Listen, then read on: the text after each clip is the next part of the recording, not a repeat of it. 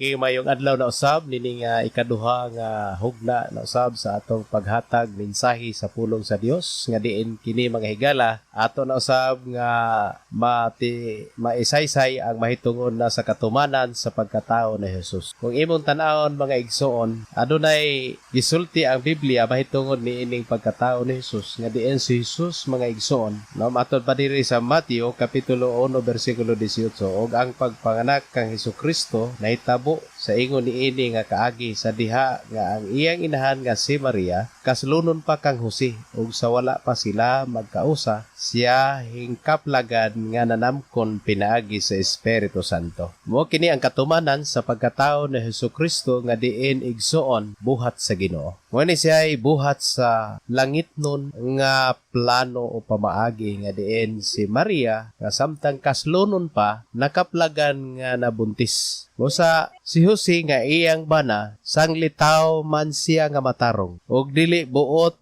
magpakaulaw kaniya nakahunahuna nga makigbulag kaniya sa hilom. Apan nagpamalandong siya sa pagbuhat nini tan-awa usa ka manulunda sa Ginoo mitungha kaniya pinaagig damgo ug miingon kang Jose anak ni David ayaw pagpanuko sa pagpagasawa kang Maria kay kanang iyang gipanamkon gikan sa Espiritu Santo. Og inag-anak niya sa usa ka bata nga lalaki, siya imong paganganlan Jesus kay siya mauman ang manluluwas sa iyang katawhan gikan sa ilang mga sala. So dili ba katumanan sumala sa Genesis nga diin sumala sa atong una nga episode nga diin ang Dios nagatagna mahitungod sa kaliwat sa bitin o sa babay. Nga ang kaliwat ni Kristo, kaliwat sa babay nga mao si Hesukristo, mo hinungdan nga siya na mataw aron sa paglaglag sa tanang buhat sa yawa, sa tanang buhat sa sala. Busa ngan ginganlan siya Jesus tungod kay ang kahulugan sa ngalang Jesus, siya mao ang manluluwas sa iyang katawhan gikan sa ilang mga sala. So natuman ang maong tagna sa Genesis kapitulo 3 bersikulo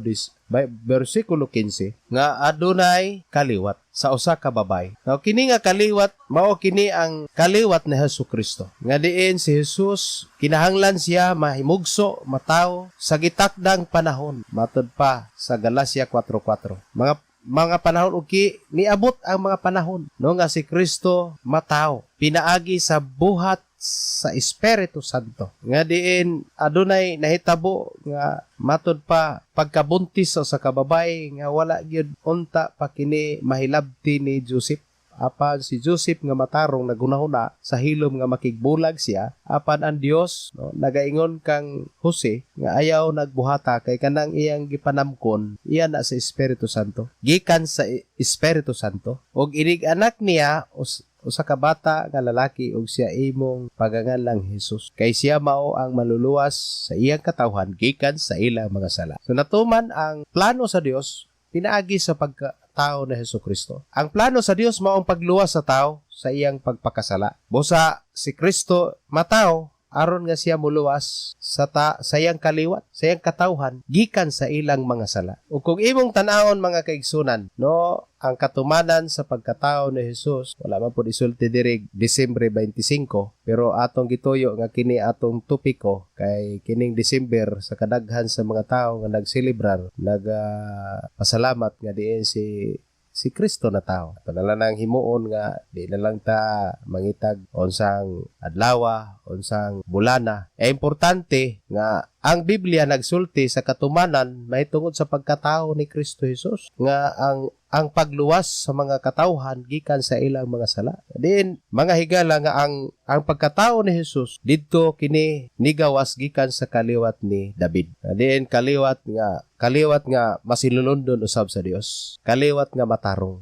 Kay mao lagi si Kristo mao man siya ang kaliwatan sa mga matarong. Kung imong tan-awon mga igsoon, mga higala, ang pagkatao ni Jesus adunay mga plano ang Dios. Di lang nga natawo siya aron lang nga mataw. Apan kini plano sa Dios, mga adunay plano ang Dios nga ang tao kinahanglan hatagan sa kasulbaran sa iyang mga problema. Unsa man ay problema sa tao igsoon? Ang problema sa tao ngano nga siya mamatay. Ngano nga siya mamatay tungod kay ang tao nakasala. Sumala sa Roma kapitulo 6:23 nagingon, kay ang bayad sa sala mao ang kamatayon. Sa ato pa, kung ikaw makasala, ang bayad niya na mao gyud ang kamatayon. Kung imong tanaw na Biblia, walay tao nga walay sala. Muna nga ang tanang tao mamatay, dunay kamatayon. Muna ang problema sa tao. Ang problema sa tao ngano nga siya mamatay. Kung imong tanawon mga kaigsunan, bisan pag milyonaryo ka, daghan kay kag kwarta, daghan kay kag bahandi. Apan kung imong tanawon ang nature, ang tao mamatay gid siya. Dili mapugnan ang kamatayon pinaagi kwarta. Kay kung kwartahan ka, adto kas mga doktor nga pinaka-eksperto nga motambal gyud sa mga sakit, pero wa gyud doktor nga makatambal sa kamatayon. Kay matud pa sa Biblia, dunay panahon sa pagkatao ug dunay panahon sa pagkamatay. Mo na nga kinahanglan gyud matawo si Kristo og dili ordinaryo ang iyang pagkatao tungod kay lalang sa Espiritu Santo. O gani kung imong tan-awon mga igsuon, no, nga kinahanglan gyud siya matawo kay ang tao adunay dakong problema. Ang problema sa tao tungod kay siya mamatay. Na nga ang kamatayon gihulagway sa panaghilak, ang pagkatao gihulagway sa panagkatawa. Muna nga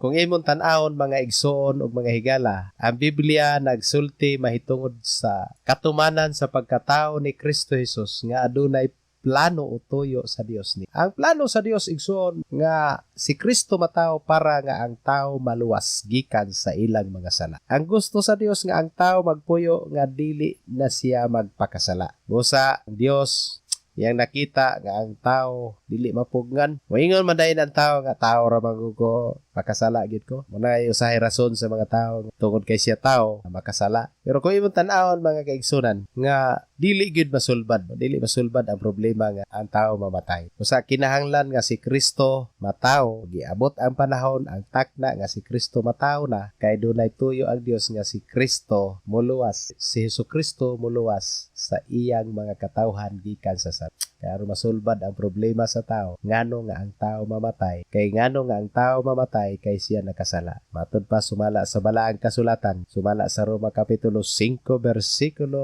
12 nga ang tao basahon busa maingon nga ang sala misulod sa kalibutan pinaagi sa usa ka tawo ug ang kamatayon misulod pinaagig sala ug nga tungod niini ang kamatayon mikuyanap ngadto sa tanang tawo sanglit ang tanang tawo nakasala. Muni day hinungdan nga ang tawo no mamatay tungod kay ang tawo nakasala, no. Pinaagi sa usa ka tawo ang kamatayon misulod pinaagi sa sala ug tungod niini ang kamatayon mikaylap tungod ngadto sa tanang mga tao sanglit ang tanang mga tao nakasala man. Sumode hinungdan nga si Kristo kinahanglan matawo aron nga siya muluwas sa iyang mga katawhan gikan sa ilang mga sala kay ang sala igsuon nagdalag kamatayon. Gani mga kaigsunan, ang sala kung imong hisgutan naay daghan nga mga butanga iyang madala, no. Sa dili pa ang tao mamatay, pinaagig sala, usab mga kaigsunan ang tao makabaton og mga dili ordinaryong sakit. Tungod sa sala ang tao adunay mga sakit. Kay matud pa sa Dios kang iba pinaagi sa imong pagsupak, ibutang ko kanimo sa katunglo nga din mga naka sa tumang kasakit, pero mangandoy paghapon kag mga anak. Tungod kay ang sala magdala siya og sakit. Ingon din siya sa lalaki nga ang lalaki mabuhi pinaagi sa paghago o pagpatulo siyang singot. Muna nga kung naa kay trabaho nga hago kayo ka, niya dayon ang imong trabaho medyo no igo ra gid sa imo mga panginahanglan. Muna na giingon sa Dios tungod na sa resulta sa sala nga gani ang tao sa una nga wala pa sila makasala, walay trabaho magsigre sila naglingkod. Ang Dios nagingon, no, makakaon mo sa tanang kahoy. Sa ato pa ang tanang kahoy sa unang panahon makaon gyud ang iyang bunga. Sa diha nga ang tao nakasala na, dili na tanang kahoy bunga, dili na tanang bunga sa kahoy makaon. Kay ang bunga sa jimilina, di na siya makaon. Ang bunga sa mahogani, di po na siya makaon kay pait po na siya kayo. Pero sa unang panahon ang tao nga dinwa pa siya makasala. Ingon ng Dios makakaon ka sa tanang bunga sa kahoy. So, walay problema ang tao. Wa siya ay problema sa iyang pagkaon. Ang tao walay problema sa mga sakit. Pero karon aran na naghanas problema sa tao. Problema na siya sa iyang pagkaon. No, sahay ang mga tao mangawat na lang kay wa siya gikaon. Sahay ang tao tungod sa iyang pagkawalay pagkaon na. makapanulis, mangawat, patay tungod siyang kalisod. Kanang kalisod walay laing hinungdan ana tungod na sa atong sala, kay walay tao nga dili makasala, ang tanang tao nakasala. Muna nga kinahanglan nga si Kristo mataw. Ang katumanan igsoon sumala sa balaang kasulatan sa Mateo atong gibasa kaganina nga siya mataw, no, ngadto sa usa ka babae nga si Maria. Nga samtang kaslunon pa siya, mibuntis siya. Pero kini dili lalang sa tao kundi lalang sa Espiritu Santo. Kung imong tanawon kini buhat sa Dios nga di gusto sa Dios nga ang tao makabaton sa kaluwasan gikan sa ilang mga sala. Kay tungod sa atong sala nakabaton ang tao og kamatayon. Tungod sa matud pa sa balaang kasulatan, ang bayad sa sala mao man ang kamatayon. Apan ang walay bayad nga gasa o kinabuhing walay katapusan nga naa kang Kristo Jesus. Sa ato pa, kung si Adan nagdalag kamatayon, kini si Kristo magdala sa kinabuhi nga way katapusan. Kung imong tan-awon ang Biblia nagsulti nga si Kristo ang binhi sa kinabuhi nga walay katapusan. Kung sa diha nga nagbuntis si Maria, uni siya ang binhi nga kung imong tan-awon kung sa mais pa, kung sa humay, muna siya ang pagtagod na. Ang kasagara mga kaigsunan sa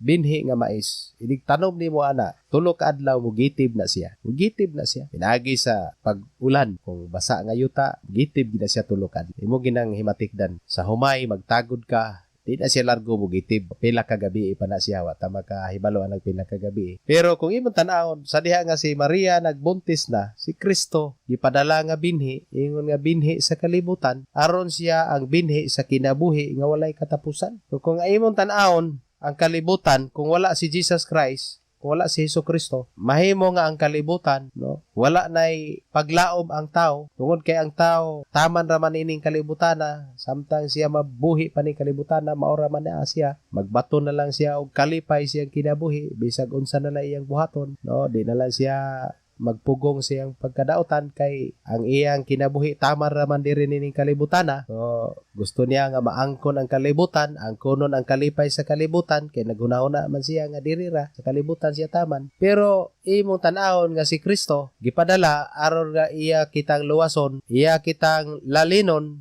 gikan diri sa kalibutan. Na nga pasalamat nga ang Dios dunay dakong plano para sa kalibutan. Na nga sa Juan Kapitulo 3 versikulo 16, kay gigugma sa Dios ang kalibutan sa pagkaagi iya gihatag ang iyang bugtong anak nga si bisan kinsang motuo kaniya may kinabuhi nga walay katapusan. Gigugma sa Dios ang kalibutan, gipadala niya ang iyang bugtong anak aron nga ang si bisan kinsang motuo kaniya may kinabuhi nga walay katapusan. Inana ang plano sa Dios. Muna nga makaingon ta nga ang Dios igsoon adunay dakong plano sa tao. Muna nga iyang gipadala ang iyang bugtong anak aron nga ang tao mga kaigsuonan makabaton sa paglaom taliwala sa walay paglaom nga kinabuhi. Nga ingon ang Dios, ayaw higugma ang kalibutan bisan ang mga butang niini. Kay nga naman mga kaigsuonan, ang kalibutan gihulagway sa pagkadunot. Adunay katapus. Lumalabay siya nga klase sa buti. Gibuhat sa Dios ang kalibutan. Apan ang Dios, iabot ang mga panahon nga siya nagbasol nga nung gihimo ni ang tao. Tungod kay ang tao, grabe naman ang iyang pagkadautan. So akong mahinumduman mga kaigsunan, nga ang tao sa kalibutan, sa diha nga niabot na niya ang kamatayon, ang tao mga higala, naa na siya sa gitawag pagpaniguro sa iyang. Siyempre, ang tao nga magunaw na siyang mamatay. Una nga, maniguro na siya. Na nga, bisan na mga pastor, bandiha, bisan pag unsa ka katao, naaka sa Dios, niguro gyapon kay nga naman. Say, ako lang magbiyahe, magmotor, maka-helmet magita. Kay gawas pa niya na kung dakop man po ng may helmet niya, napay proteksyon sa siko, napay proteksyon sa tuhod, makasapatos. O muna'y gilantaw sa atong gobyerno nga nagibuhaton kay aron nga safety first ang atong kinabuhi. Na nga ang tao sa diya nga mamatay na, napuno na siya sa pagpaniguro sa mga butang nga way siguro. Matod pa ni Solomon, mga higala nga kung ikaw muangkon sa mga butang sa kalibutan, sama ra nga ikaw naghakop og hangin. Mahakop ba din imong hangin? Di ba na nimo makumkum ang hangin, no? Ang mabilin na ang yaramang baho. Hinigakop ni mo sa hangin. Ang mabilin na ang baho ra. Samo totong baho nga hangin. Pero pwede ni mo hakpon ang hangin, pinagig balon. Imong mga interior sa sakyanan, no? Hangay hangin. Ang balon. Pero inighiyos ana. Asa pa may hangin nga imong mapunpon. Nga ang mga butang sa kalibutan, matod pa ni Solomon, sama ra nga ikaw naghakop og hangin. Mga lumalabay mo na ingon ang Dios, ayaw higugma ang kalibutan ug bisan pa ang mga butang ni. Kay usahay ang mga tao, mga tao nga naniguro gyud sa mga butang, walay siguro. Tungod lagi ni kay ang tao, niabot siyang panahon nga siya mamatay, niguron lang niya siya. Pero igsoon ko, ang Dios ng lantaw ana kay ang Ginoo nagahuna-huna man siya sa kasiguruhan sa tao. Kinahanglan nga dunay kasiguruhan ng tao. So iya gyud nga gituman ang iyang giplano nga tagna nga si Kristo mataw para nga ang tanang tao makapaniguro. Kung imong tan-awon mga kaigsunan, si Kristo ang dalan padulong sa kasiguruhan. Siya ang gipadala sa Dios mataw sa kalibutan nga diin ang iyang katuyuan mao gayud ang paghatag sa kasiguraduhan sa tao. Walay tao nga dili mamatay busa kun ikaw dunay kamatayon, ang imo karong buhaton mao ang pagpaniguro nga imong maangkon si Kristo. Siguraduhon nimo nga matod pa ni Apostol Pablo, giisip kurong basura ang kalibutan ug sagbot ang mga butang para lang nga maako si Kristo kay si Kristo bililho. Kung imong basahon mga kaigsunan sa balaang kasulatan, si Apostol Pablo naniguro siya. Ang iyang pagpaniguro dili sa mga butang sa kalibutan. Ang iyang pagpaniguro mao ang mga butang nga langitnon, ug ang butang nga langitnon igsuon mao si Jesus Christ, mao si Hesukristo. Mao ang gipaniguro ni Apostol Pablo. Matod pa niya sa Filipos kapitulo 3 versikulo 7. Ngani bisan unsang kadaogan nga akong naangkon kaniadto, kini ako nang giisip nga kapildihan tungod kang Kristo. Sapagka tinuod ang tanan akong giisip nga kapildihan tungod sa labawng kabililhon sa pag-ila kang Kristo Jesus nga akong Ginoo. Tungod kaniya napildihan ako sa tanang butang, og kini sila giisip ko ingon nga mga biya na aron lamang maako si Kristo. Muna ni siya ang tuyo sa Dios nga iyang ihatag ang iyang bugtong anak pinaagi sa pagpakatao sa kalibutan kay nganuman si Kristo ang tubag sa tanan nga mga problema, kawaladon ng akong giingon mga kaigsunan. Kung maghisgot kag problema dato og pobre pareha, nganuman mga kaigsunan, pobre og dato mamatay manggita. Hinumdumi sa imo karong gibarugan, sa imong gilingkuran, sa imong gilakwan. Kung makapaminaw ka ni mao tong broadcast karon, hinumdumi og pangutana imong kaugalingon nganong mamatay man ka. Ug unsa pa may mga butang nga naa kanimo kung ikaw mamatay na. Mga igsoon, wala kay bisan piso nga madala sa imong kamatayon. Busa ka ng imong pagpaniguro igsoon, usahay ang imong pagpaniguro makapanglupig ka sa imong isig katao, usahay manlimbong ka sa imong isig katao aron makapaniguro ka, usahay mga kaigsunan mupatay na gid kag tao aron makaangkon kag butang, pero hinumdumi igsoon sa imong pagpaniguro sa mga butang nga dias kalibutan. Ignon ta ikaw karon nini nga tong programa nga naniguro kas mga butang way siguro. Apan si Apostol Pablo nakita niya ang sigurado kaayo alang sa iyang kinabuhi. Paniguro siya nga si Kristo ang pinakalabaw og bililhon kaayo sa iyang kinabuhi. Nga gani matod pa niya giisip kuna nga sagbot og kapildihan ang tanang butang tungod sa pagkalabawng bililhon Kristo Jesus. Kung imong tanawon mga igsoon, no? Ang Dios wala siya'y paglipod-lipod, wala siya'y kaanugon sa paghatag sa iyang bugtong anak. So ang mensahe ni igsoon sa pagkatao ni Jesus, muna siya ang kompleto nga paghatag sa Dios ngadto sa tao. Muna siya ang package deal. Matod pa hatag nga walay kulang, hatag nga wala gyoy kulang sa tao. Muna siya ang hatag nga kompleto kaayo si Hesukristo. Nasa diha nga natao si Jesus kalibutan, ang kaliwat sa bitin nangitag pamaagi nga ang Ginoong Hesukristo dili gid siya mulahotay o mupadayon sa kalibutan. Imong tan-awon nga sa dihang natao si Jesus, si Herodes nagtinguha nga mamatay gyud ning bata. Una nga sa pagkatao ni Jesus, daghan sa mga inahan ginikanan nga naghilak, nagbalata sila. Sa paghilak atol sa pagkatao ni Jesus, sa nag-edad na siya sa mga pila ka bulan, mga higala ang pagkatao ni Jesus gusto sa kaliwat sa bitin nga mawala kini kaliwatan na. Kaya si Jesus di ay ang gitagna sa Biblia, muni siya ang kaliwat sa babay nga mukontra sa kaliwat sa bitin. Kay ang bitin gihulagway man siya sa yawa. o ang iyang binuhatan mao man ang pagbuhat sa daotan. So kung nagbuhat ka karon og daotan, ang imong kaliwat ka sa bitin. So kung nagbuhat kag maayo, matarong, kaliwat ka sa babae. Kaliwat ka ni Hesukristo. Kung sa mga igsoon, kung maghisgot kag kaliwatan sa unang panahon, ang mga Israelinhon pinaagi ni Abraham ngadto ni Jacob. Dayon si Jacob ginganlan dayog Israel, abot ipasabot sa Israel katawhan sa Dios. Wala nga mga kaliwatan nga tukod sa Dios nga maong kaliwatan kay ang kalibutan igsoon dunay duha lang ka kaliwatan, dili sa pisikal kundi diha sa espirituhanon nga kaliwatan nga gihulagway sa daotan og mga matarong. Kung imong tan-awon, laglagon sa Dios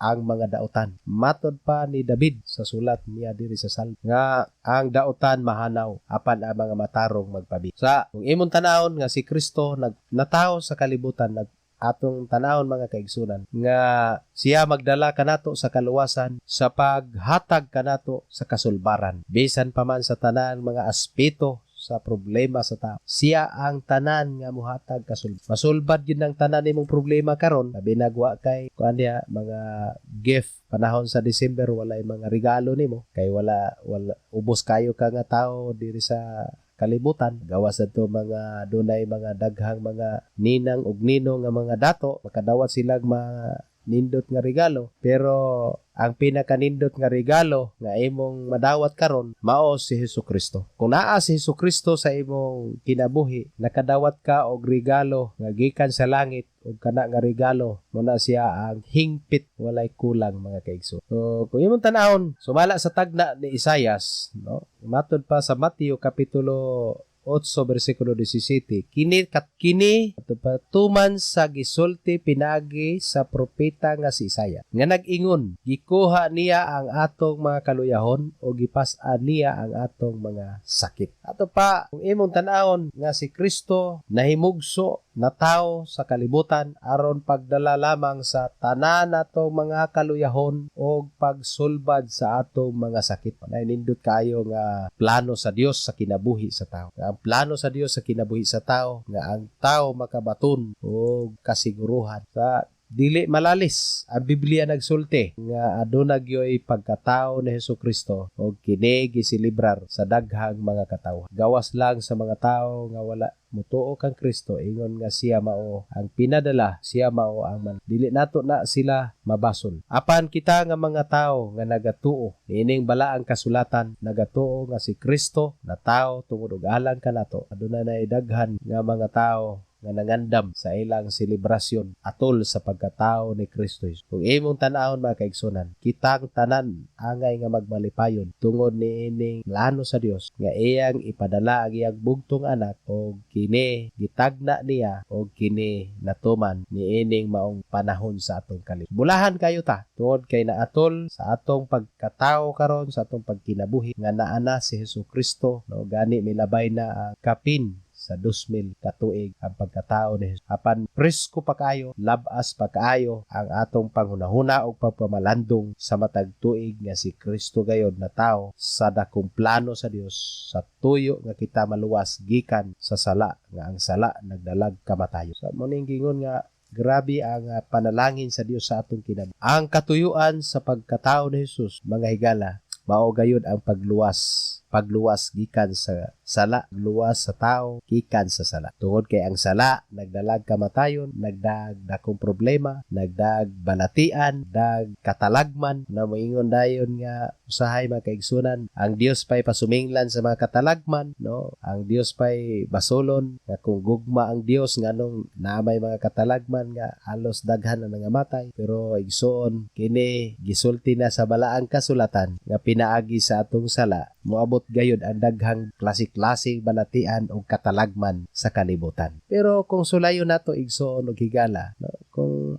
tanan tao dili gyud magpakasala atubangan sa Dios, makaingon gid siguro ta nga ang kalibutan malinawon, mauswagon ug malipayon. Pero samtang karon sa atong panahon, mga higala, nga diin ang kalibutan nagdugang ang iyang pagkadaotan. Kung imong tan-awon ang kalibutan, nagkagrabe ang iyang pagkadaotan. Usa dili mabakak ang Biblia. Moabot ang panahon nga ang kalibutan, no, iya nang pagalaglagon. Usa, salamat ta sa Ginoo nga ang pagkatao ni Hesus mao ituyo nga ang tao maluwas gikan sa sala. Kay ang sala igsuon sa nahisgutan ko na nagdala kini sa kalautan sa tao, kapildihan sa tao. Usa, hagiton ko ikaw, hangyoon nga diin si Hesukristo atong dawaton nga siya na tao para kanato nga mahimong atong manluluwas. Mahimong manluluwas sa atong kasala. Ang buti pasabot igsoon, pinaagi kang Kristo, ikaw dili na magpakasal. So, kanini nga kabuntagon, nining adlaw igsoon, atong himuon ang pagpamalandong sa atong kinabuhi. Nga diin kita gipanalaginan sa Dios nga ang tagna sa pagkatao ni Jesus niabot ang mga panahon nga siya gayud na tao. Sa tuyo ug tumo nga kita iyang hatagag kasiguruhan sa atong tagsa-tagsa. Kining atong pagdasig sa mga katawhan, kining atong programa aron sa paghatag panerbisyo sa atong mga katawhan nga kita angayan nga mamalandong kanunay sa atong kinabuhi, di lang sa December, sa tanang adlaw sa atong kinabuhi, sa tanang oras sa atong kinabuhi. Kay kung moabot ang panahon nga ang mga tao usahay mainumdum lang kang Kristo panahon sa December niya pagka Enero wala na, tunapon sa bulan sa Pebrero wala na, pero hinumdumi igsoon nga di lang ang atong nahuna mapokus nga si Kristo na tao panahon lang sa December, kun dili ipokus kanunay ang imong nahuna nga si Kristo di ay na tao para nimo og dili nato ni siya kuhaon nga panghunahuna tungod kay si Kristo igsoon nagdalag kasiguruhan sa imong kinabuhi. Dalay ko ng Dios nini nga adlaw igsoon sa ato pagpasundayag diha sa pulong sa dito karong batbat ato gisulti ang katumanan sa pagkatao ni diin.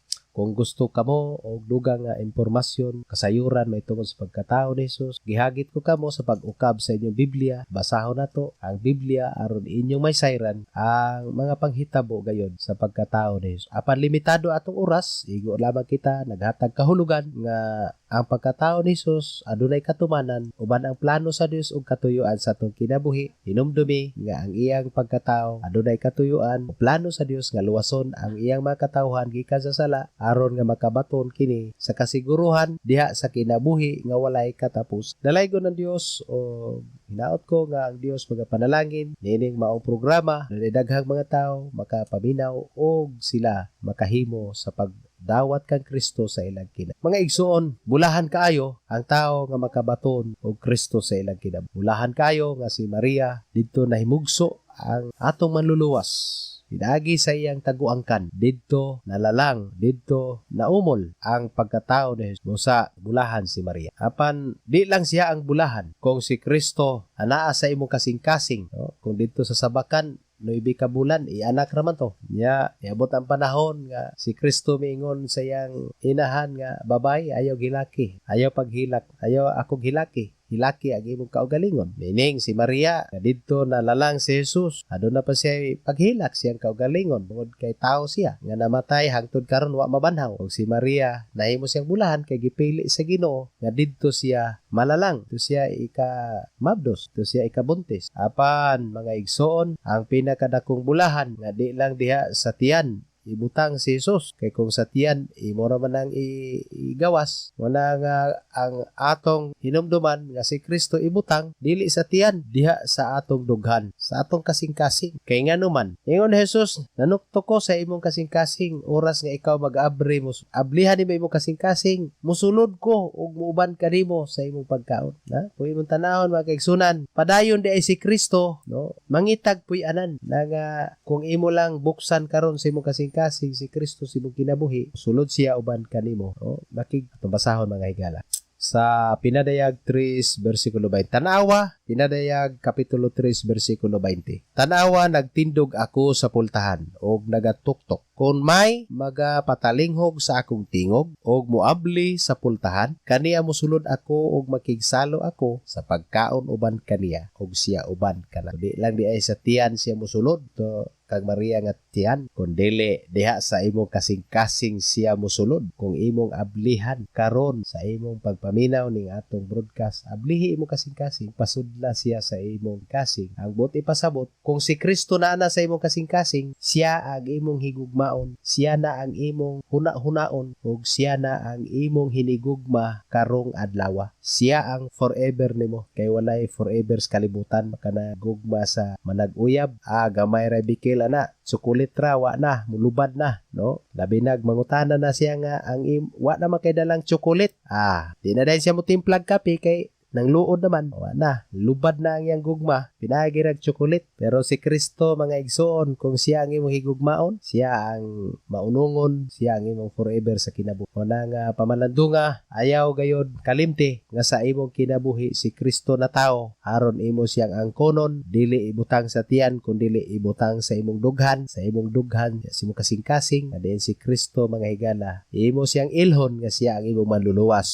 Nga gawas kaniya, wa kay mahimo sa imong kinabuhi, o gawas kaniya, di ka kaabot sa imong padulngan, destinasyon paingog langit. Kay kung wala ka ni Kristo, ang imong dulngan impierno. Pero kung naa ka kang Kristo, malikay gyud ka sa impierno. Kay duha man ka dapit ang adtuan sa tao human sa kamatayon. Matud pa sa Herbiohanon kapitulo 9:27, ikatudlo nga ang tao mamatay sa kausa, unya mao na dayon ang pag-atubang sa Ginoo. Kung ang Ginoo mohukom kanimo nga ang imong gisubay sa kalibutan dalan man sa pagpakasala, kaliwat sa bitin ang imong gisubay, adto ka dito sa impierno. Kalayo nga wala na pagkatapos. Pero kung nagsubay ka sa dalan ni Hesukristo, ang imong destinasyon mao gid ang langit. Abot ka, makaadto gyud ka sa amahan. Ang amahan mag-welcome kanimo, pasudlon ka sa iyang gingarian. Atud pa ni Kristo, ayaw kalisang, kahadlok, ayaw kabalaka, salig ka nako, kay sa balay sa akong amahan, dunay daghang puloy-anan. Daghan kay puloy-anan, nga giandam para sa atua. Kay